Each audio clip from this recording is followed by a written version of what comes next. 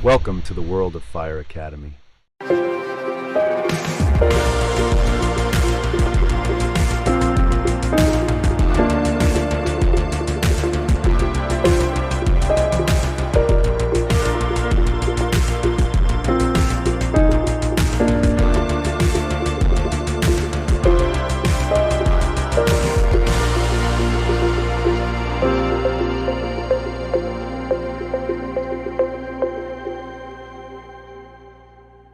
Hello everyone.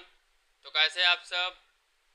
I hope अच्छे होंगे। तो आज के इस वीडियो में हम क्लास 12 की ज्योग्राफी का चैप्टर 4 पढ़ेंगे, जिसका नाम है वाटर रिसोर्सेस। तो आइए देखते हैं कि हम क्या पढ़ेंगे इस चैप्टर में। तो आइए देखते हैं। तो ये है हमारा चैनल का लोगो, ठीक। और अगली स्लाइड है हमारी। इसमें हमारा जो ये चैप्टर है वो यूनिट 3 का चैप्टर है और चैप्टर का नाम है वाटर रिसोर्सेस और ये 4th चैप्टर है, ठीक। तो इसमें जो हमारा पहला पॉइंट है वो देखेंगे। तो 71% of earth surface is covered with its fresh water constituent only about 3% of the total water. तो कह रहा है कि जो हमारा अर्थ सरफेस है, टोटल अर्थ का सरफेस है, वो 71% जो एरिया है वो वाटर से कवर्ड है और उसका जो 3% वाटर है वो हमारा फ्रेश वाटर है, ठीक।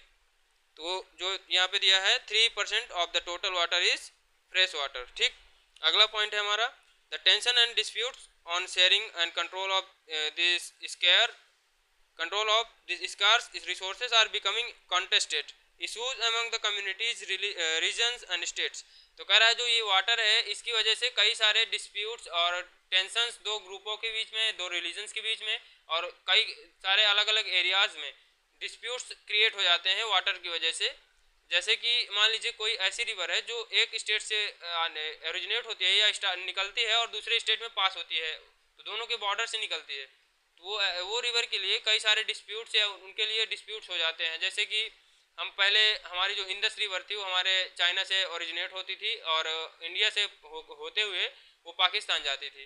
तो ऐसे ही डिस्प्यूट्स इसके लिए क्रिएट होते थे। तो वही पे यहाँ पे दिया है कि जो रिवर्स हैं उनकी पानी है या वाटर है, कुछ भी कह लें, तो उनकी वजह से कई सारे डिस्प्यूट्स भी क्रिएट होते हैं, ठीक। अगला पॉइंट हमारा हम देखेंगे। अगला पॉइंट है it's geographical distribution, sectoral utilisation and methods of its conservation and management. तो ये कह रहा है जो हमारा ये चैप्टर है उसमें हम पढ़ेंगे यूटिलाइजेशन के बारे में, मेथड ऑफ कंजर्वेशन कैसे हम वाटर को कंजर्व करते हैं, और मैनेजमेंट मतलब कैसे क्या मैनेजमेंट है कंजर्व करने का और कैसे किस किस किस मेथड से हम इसको कंजर्व करेंगे, ठीक है। आगे देखेंगे। तो हमारा जो पहला पॉइंट है वो है वाटर रिसोर्स ऑफ इंडिया। तो इंडिया का जो वाटर रिसोर्स है उसके बारे में बताया गया है कि क्या क्या हम हमारे वाटर रिसोर्सेज क्या हैं इंडिया के अंदर, ठीक। तो देखेंगे। तो यहाँ पे दिया है India accounts for about 2.45% of the world surface area and 4% of the world's water resource. तो कह रहा है जो हमारा इंडिया है वो 2.45% of the world surface area cover करता है। 2.45% वर्ल्ड का सरफेस एरिया कवर करता है और जो 4% वर्ल्ड का जो वाटर रिसोर्स है उसका 4% वाटर रिसोर्स कवर करता है, ठीक। ये दिया है यहाँ पे जो 4% है, तो वर्ल्ड का वाटर रिसोर्स है ये, इतना इतना परसेंट वर्ल्ड का वाटर रिसोर्स हमारे इंडिया में पाया जाता है। और इसका अगला पॉइंट है 16% ऑफ द वर्ल्ड्स पॉपुलेशन, और जो वर्ल्ड के 16% ऑफ द वर्ल्ड्स पॉपुलेशन। तो कह रहा है 4% जो वाटर रिसोर्स है वो हो गया और जो 16% हमारी वर्ल्ड पॉपुलेशन का है, ठीक। अगला पॉइंट है precipitation in the country is in year about 4000 cubic kilometre. तो कह रहा है जो हमारा प्रेसिपिटेशन है मतलब रेन है वो कंट्री में पर ईयर 4000 क्यूबिक किलोमीटर होती है। तो जो हमारा रेन है उसका रेशियो बता रहा है कि पर ईयर कितना होता है हमारी कंट्री में, ठीक। तो वो बता रहा है कि पर ईयर हमारी कंट्री में अबाउट 4000 क्यूबिक किलोमीटर के आसपास रेन या प्रेसिपिटेशन होता है, ठीक। इसका अगला पॉइंट है surface water and replenishable water ground water is 1869 cubic kilometre. जो हमारा सरफेस वाटर है और रिप्लेनेसेबल ग्राउंड वाटर मतलब ग्राउंड वाटर और सरफेस वाटर दोनों हमारा 1869 क्यूबिक किलोमीटर है। ये हमारा वाटर का अमाउंट बताया हुआ है कितना अमाउंट में वाटर हमारा अवेलेबल है, ठीक। उसके बाद हमारा अगला point 60% can be put to beneficial use.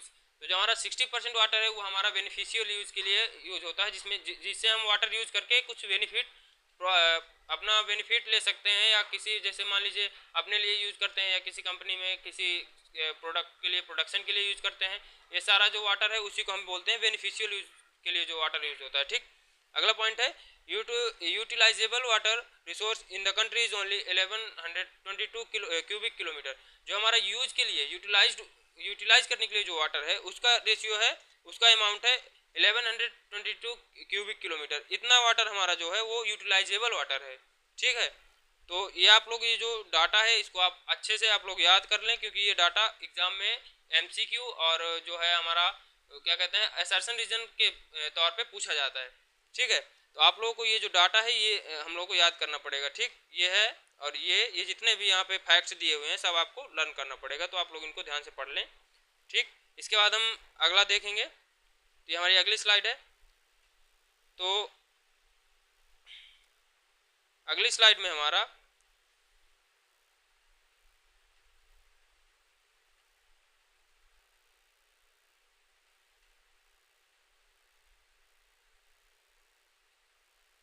अगली स्लाइड का जो हमारा टॉपिक है वो है सरफेस वाटर रिसोर्सेज। ठीक, तो यहाँ पे कुल 4 सरफेस वाटर के रिसोर्स होते हैं, मतलब कहाँ कहाँ से सरफेस वाटर पाया जाता है ये दिया हुआ है। 4 major sources of water surface water. ठीक, तो सरफेस वाटर के 4 मेजर रिसोर्स होते हैं, जिसमें पहला है हमारा रिवर्स, दूसरा लेक्स, तीसरा पॉन्ड्स और चौथा टैंक्स। ठीक है, चौथा हो गया टैंक्स। तो ये हमारे जो सरफेस वाटर के रिसोर्सेज हैं, जहाँ जहाँ से सरफेस वाटर पाया जाता है वो सब दिया हुआ है। उसके बाद यहाँ पे एक पॉइंट और दिया हुआ है, there are about 10,360 rivers and their tributaries longer than 1.6 kilometre each. तो कह रहा है यहाँ पे 10,360 रिवर्स हैं और उनकी जो प्रत्येक जो उनकी ट्रिब्यूटरीज है उसका जो वो है क्या कहते हैं लेंथ है वो है 1.6 किलोमीटर एक ट्रिब्यूटरी का। ठीक है, तो ये कुछ डाटा है। इसके बाद अगला है India is estimated to be 1869 cubic kilometre. तो इंडिया में जो हमारा ट्रिब्यूटरीज हैं और रिवर बेसिन्स हैं उनका जो एरिया है उसका एरिया है 1869 क्यूबिक किलोमीटर। ठीक है, इसके बाद है अगला पॉइंट, तो अबाउट 690 क्यूबिक किलोमीटर, या कह सकते हैं 32% of the available surface water can be utilised. तो जो हमारा 32% सरफेस वाटर है वो हमारा यूटिलाइज किया जा सकता है। ठीक है, या कह लें अगर परसेंटेज में नहीं देखना है नंबर्स में देखना है तो 690 क्यूबिक किलोमीटर होगा। तो जो भी वाटर अवेलेबल है उसका हम इतना अमाउंट यूटिलाइज कर सकते हैं। ठीक है, तो ये हो गया हमारा। इसके बाद फिर अगला पॉइंट है India has very high special variation. तो कह रहा है जो हमारा इंडिया है उसमें हर जगह अलग अलग वैरायटी का एरिया पाया जाता है, जहाँ पे कहीं पानी कम होता है तो कहीं ज़्यादा होता है। तो जो कम पानी वाला एरिया होता है वहाँ पे पानी की प्रॉब्लम ज़्यादा होती हैं, और जो ज़्यादा पानी वाला एरिया होता है वहाँ पे इनफ वाटर होता है। कहीं कहीं ज़्यादा भी हो जाता है तो वहाँ पे फ्लड वगैरह आ जाता है, और कम होता है तो ड्रॉट हो जाता है, तो वो प्रॉब्लम्स भी आती हैं। तो यही दिया है and it is mainly concentrated in monsoon season. तो कहता है कि ये सबसे ज़्यादा इफेक्ट कहाँ करता है, किस टाइम में करता है, जो मानसून सीजन होता है, जब बारिश का सीजन होता है तब सबसे ज़्यादा इफेक्ट करता है। ठीक है, तो जो स्पेशल वेरिएशन है हर जगह का अलग अलग, जैसे मान लीजिए राजस्थान है, वहाँ पे पानी की कमी है, तो वहाँ पे जब हमारी थोड़ा बहुत कभी भी बारिश जो होती है उसी से जो पानी की रिक्वायरमेंट फुलफिल होती है बस हो गया। उसके अलावा वहाँ पे नेचुरल रिसोर्सेज वाटर के ज़्यादा नहीं पाए जाते, थोड़ी छोटी छोटी रिवर्स हैं जो कि सीजन में सूख जाती हैं, मतलब कहने का समर सीजन में सूख जाती हैं, और जो बारिश के या फिर रेनी सीजन में थोड़ा बहुत वाटर उनमें अवेलेबल रहता है। तो बस वही यहाँ पे दिया है कि जो हमारा कंट्री है हर जगह अलग अलग टाइप का एरिया है, अलग अलग जगह पानी अलग अलग अमाउंट में पाया जाता है, कहीं तो पाया ही नहीं जाता, कहीं पे बहुत ज़्यादा हो जाता है, तो कहीं पे मीडियम रेंज में रहता है। जैसे हमारा यूपी हो गया, इस जगह पे इनफ अमाउंट में वाटर पाया जाता है। और जो अगर देख लें वेस्ट बंगाल को, केरला हो गया, साउथ साइड हो गया, तो इस साइड में सब जगह वाटर काफ़ी ज़्यादा अमाउंट में पाया जाता है, और ये राजस्थान में कम ही पाया जाता है। तो ऐसे हमारे अलग अलग एरियाज़ हैं और अलग अलग अमाउंट में वाटर पाया जाता है। ठीक, इसके बाद अगला पॉइंट हमारा ये दिया है like the Ganga the Brahmaputra and the Indus have, फिर से पढ़ता हूँ इसको, उतना कट कर देंगे। Like the Ganga the Brahmaputra and the Indus have huge catchment areas.